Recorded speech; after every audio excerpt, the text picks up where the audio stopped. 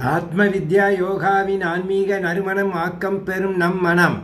வணக்கம் நண்பர்களே. இன்றைய அவசர உலகில் நம்மில் பலருடைய தேடல் என்ன தெரியுமா?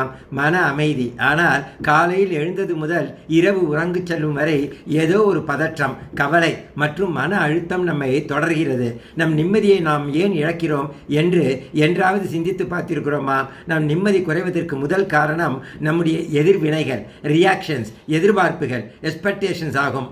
அதாவது மற்றவர்கள் பேசும் பேச்சும் அவர்களுடைய செயல்களும் உடனடியாக நம்மை பாதித்து விடுகின்றன.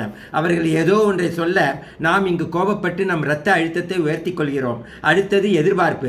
எல்லாமே நம் விருப்பப்படிதான் நடக்க வேண்டும் என்று நினைப்பது மிகப்பெரிய தவறாகும். எதிர்பார்ப்பு தான் அனைத்து மனவேதனைகளுக்கும் மூல காரணம். அதாவது அளவுக்கு அதிகமாக எதிர்பார்ப்பது தான் எல்லா மனக்காயங்களுக்கும் காரணமாக அமைகிறது.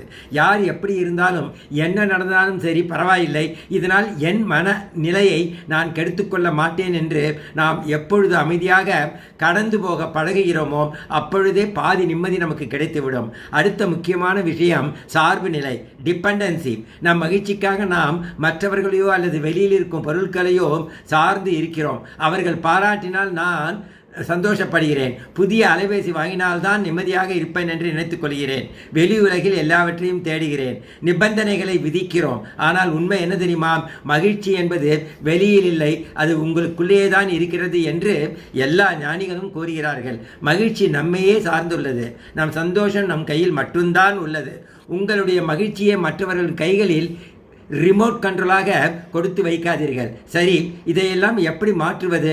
வாழ்க்கை எப்படி அமைந்தாலும் அதை அப்படியே ஏற்றுக்கொள்ளும் மனப்பக்குவம் நமக்கு வேண்டும். இந்த மனப்பக்குவத்தையும் வலிமையான மனநிலையையும் நமக்கு வழங்குவது தான் ஆன்மீக பயிற்சி.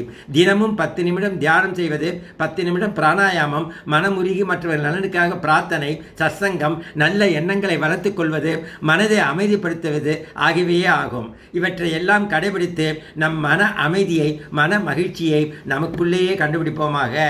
இறைவா நன்றி.